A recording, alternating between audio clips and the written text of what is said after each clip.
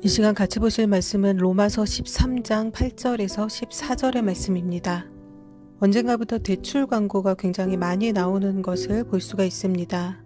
빚이라는 것은 급할 때는 유용한 것 같지만 결국 빌려준 사람이나 빌린 사람이나 모두가 힘들어지는 상황이 될 때가 더 많습니다. 우리가 흔히 사용하는 신용카드도 일종의 빚이지요. 그래서 어떠한 사람들은 신용카드를 사용하지 않고 가지고 있는 현금 안에서 소비를 하려고 노력하는 사람들도 있습니다. 지난주 화요일 보내드린 영상은 한 연예인 부부의 간증이었는데요. 물질적으로 어려운 시기였음에도 그리스도인답게 살기 위해 대출 광고나 게임 광고에 출연하지 않았다라는 내용이 있었습니다. 성경에는 보증하지 말라는 말이 여러 군데 기록되어 있지요. 그런데 오늘 말씀에는 빚을 지라고 말씀하고 있습니다. 성도가 져도 되는 빚이 있다라는 말씀입니다. 오늘 본문 로마서 13장 8절의 말씀 보시겠습니다. 피차 사랑의 빚 외에는 아무에게든지 아무 빚도 지지 말라. 남을 사랑하는 자는 율법을 다 이루었느니라. 아멘. 부자 청년은 예수님을 찾아와서 율법을 다 지켰다라고 말하였지만 정작 자신의 재산을 가난한 자들에게 나누어 줄 사랑은 가지고 있지 않았습니다. 그리고 예수님을 따를 사랑도 가지고 있지 않았습니다. 그는 이웃을 사랑하지도 못했고 예수님을 사랑하지도 못했습니다. 그는 율법을 다 지킨 자였을까요? 그렇지 않습니다. 율법은 폐기된 것이 아니라 예수님으로 인해 완성되었습니다.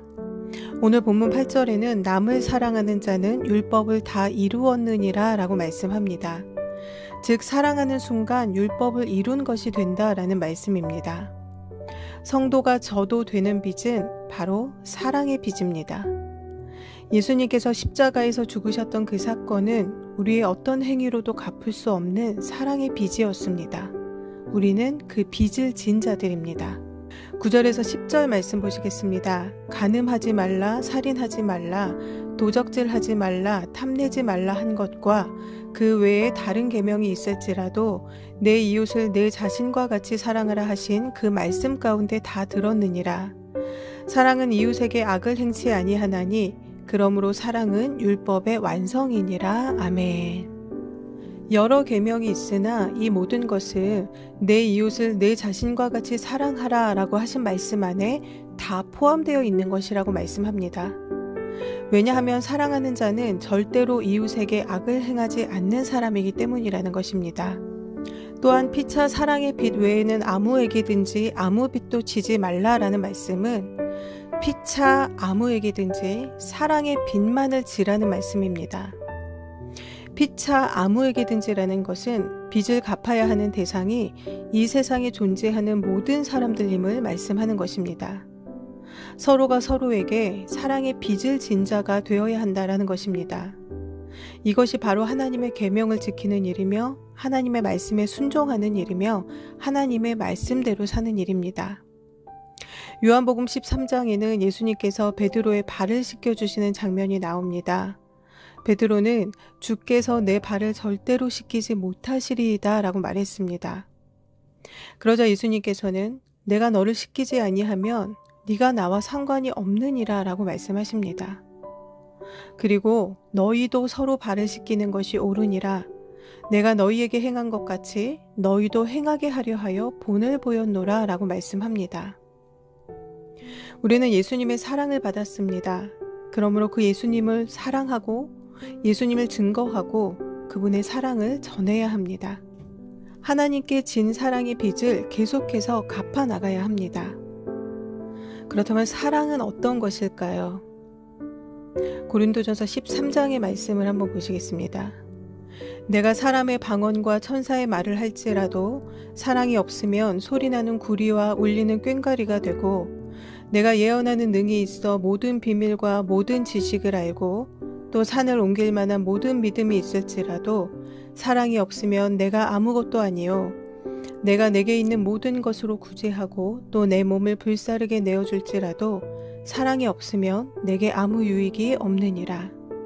사랑은 오래 참고 사랑은 온유하며 투기하는 자가 되지 아니하며 사랑은 자랑하지 아니하며 교만하지 아니하며 무례히 행치 아니하며 자기의 유익을 굳지 아니하며 성내지 아니하며 악한 것을 생각지 아니하며 불의를 기뻐하지 아니하며 진리와 함께 기뻐하고 모든 것을 참으며 모든 것을 믿으며 모든 것을 바라며 모든 것을 견디느니라. 사랑은 언제까지든지 떨어지지 아니하나 예언도 패하고 방언도 그치고 지식도 패하리라. 아멘. 사랑은 바로 이러한 것이라고 말씀합니다. 내일 지구의 종말이 온다고 할지라도 나는 오늘 한 그루의 사과나무를 심겠다라는 말이 있습니다. 종말의 때가 바로 내일이라면 여러분들은 오늘 지금 무엇을 하시겠습니까? 도자기를 빚는 장인들의 영상을 보면 다 구워진 도자기를 망치로 부수는 장면이 등장할 때가 있습니다. 자신이 의도한 대로 작품이 나오지 않았기 때문인 거죠. 온전한 작품이 아니라 불량품이기 때문입니다.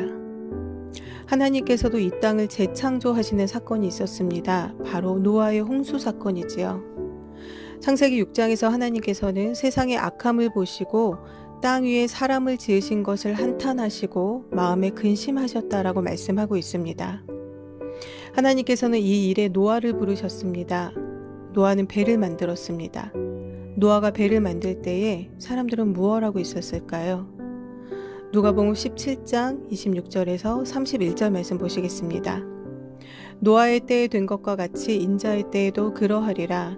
노아가 방주에 들어가던 날까지 사람들이 먹고 마시고 장가들고 시집가더니 홍수가 나서 저희를 다 멸하였으며 또 롯의 때와 같으리니 사람들이 먹고 마시고 사고 팔고 심고 집을 짓더니 롯이 소돔에서 나가던 날에 하늘로서 불과 유황이 비오듯 하여 저희를 멸하였느니라. 인자에 나타나는 날에도 이러하리라. 그날에 만일 사람이 지붕 위에 있고 그 세간이 집 안에 있으면 그것을 가지러 내려오지 말 것이요 밭에 있는 자도 이와 같이 뒤로 돌이키지 말 것이니라. 롯의 철을 생각하라. 아멘. 홍수로 멸망이 코앞에 닥쳐왔음에도 사람들은 여전히 먹고 마시고 장가들고 시집가고 있었습니다. 그리고는 자기들이 전부 멸하여질 때까지 깨닫지 못하였습니다. 소돔과 고모라가 멸망할 때에도 마찬가지였습니다. 인자에 나타나는 날에도 그러할 것이라고 말씀하고 있습니다. 그날에 만일 어떤 사람이 지붕 위에 있는 중이라면 세간을 가지러 내려오지도 말고 밭에 있는 자는 돌이키지도 말라라고 말씀합니다. 왜냐? 롯의 철을 생각해 보라 라는 것입니다. 오늘 본문 말씀으로 다시 돌아오겠습니다. 로마서 13장 11절에서 14절의 말씀입니다. 또한 너희가 이 시기를 알거니와 자다가 깰 때가 벌써 되었으니 이는 이제 우리의 구원이 처음 믿을 때보다 가까웠음이니라. 밤이 깊고 낮이 가까웠으니 그러므로 우리가 어두움의 일을 벗고 빛의 갑옷을 입자. 낮에와 같이 단정히 행하고 방탕과 술 취하지 말며 음란과 호색하지 말며 쟁투와 시기하지 말고 오직 주 예수 그리스도로 옷 입고 정욕을 위하여 육신의 일을 도모하지 말라. 아멘. 때가 가까웠다라고 말씀하고 있습니다. 그러므로 앞서 말씀에 첫째로 서로 힘써 사랑하라 라고 말씀하신 것입니다. 그 다음 깨어있으라 라고 말씀하십니다. 그리고 때에 대한 말씀이 여러 번 강조되는데요. 11절에 자다가 깰 때가 벌써 되었으니 그리고 우리의 구원이 처음 믿을 때보다 가까웠음이니라. 12절에는 밤이 깊고 낮이 가까웠으니 라고 말씀합니다. 잘 때가 아니라는 것입니다. 깨어있으라는 것입니다. 또한 밤이 깊었다는 것입니다. 밤이 깊었다는 것은 동이 터올 시간이 가까웠다는 뜻입니다. 그리스도가 다시 오실 때에 우리의 구원은 완전해집니다. 우리를 향한 하나님의 구원 사역이 끝이 납니다. 밤은 악한 세대를, 낮은 그리스도의 날을 의미합니다. 잠에서 깨어있으라는 것은 악한 세대의 일을 본받지 말 것을 의미합니다. 그리스도가 돌아오실 날이 임박하였다라고 말씀하고 있습니다.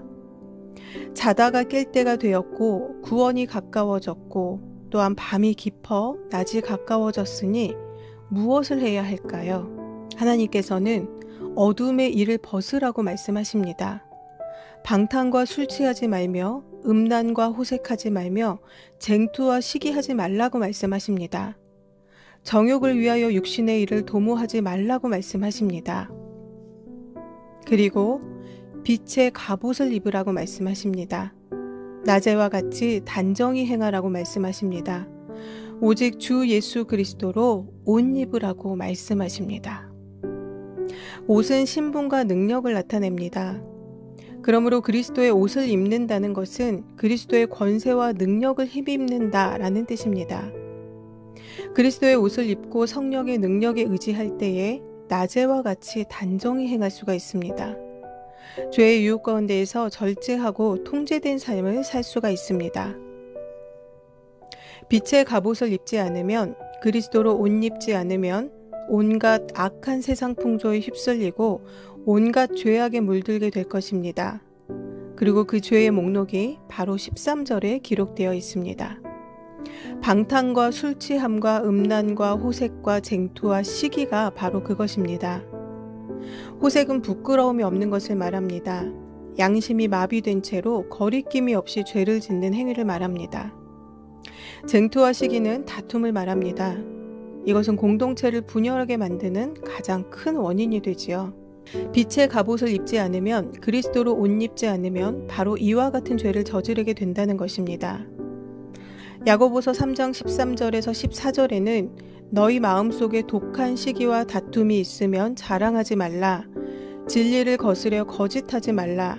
이러한 지혜는 위로부터 내려온 것이 아니요 세상적이요 정욕적이요 마귀적이니 시기와 다툼이 있는 곳에는 요란과 모든 악한 일이 있음이니라 라고 말씀하고 있습니다. 시기와 다툼은 위로부터 내려온 것이 아니라 세상적이고 정욕적이고 마귀적인 것이라고 말씀합니다. 그러니 빛의 갑옷을 입고 예수 그리스도로 옷 입어서 단정히 행하라 라고 말씀하고 있는 것입니다. 오늘 말씀의 제목은 밤이 깊고 낮이 가까웠으니 입니다. 우리가 사는 지금의 세상은 모든 질서가 깨어지고 참과 거짓이 뒤바뀌고 도덕과 윤리가 빠르게 무너지고 있습니다. 진리를 거스르고 시기와 다툼이 난무하고 있습니다. 사랑하는 성도 여러분, 지금은 밤이 깊은 때입니다. 밤이 짙고 깊게 되었다라는 것은 이제 하나님께서 일하실 때가 다가왔음을 의미합니다. 낮이 가까웠음을 의미합니다. 때를 알았다면 아는 것으로 그치면 안 됩니다. 행동으로 옮겨야 합니다. 무엇을 하라고 하십니까? 육신의 일을 도모하지 말라고 하십니다. 먹고 마시고 놀고 시집가고 장가가고 심고 거두고 시기하고 다툼할 때가 아니라는 것입니다. 서로 사랑의 빚을 지고 빛의 갑옷을 입고 예수 그리스도로 옷을 입으라고 하십니다.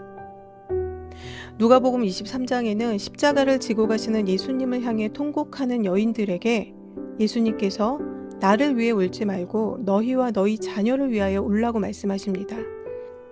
왜냐하면 날이 이르면 아이를 낳지 못하는 여인이 복이 있다고 할 것이며 산이 너희 위로 무너지고 언덕이 너희 위로 덮어지길 바랄 것이다 라고 말씀하셨습니다.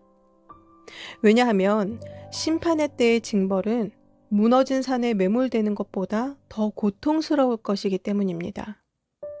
구원받지 못한 자녀가 심판받는 것을 보며 차라리 아이가 없는 여인이 부럽게 될 것이기 때문입니다.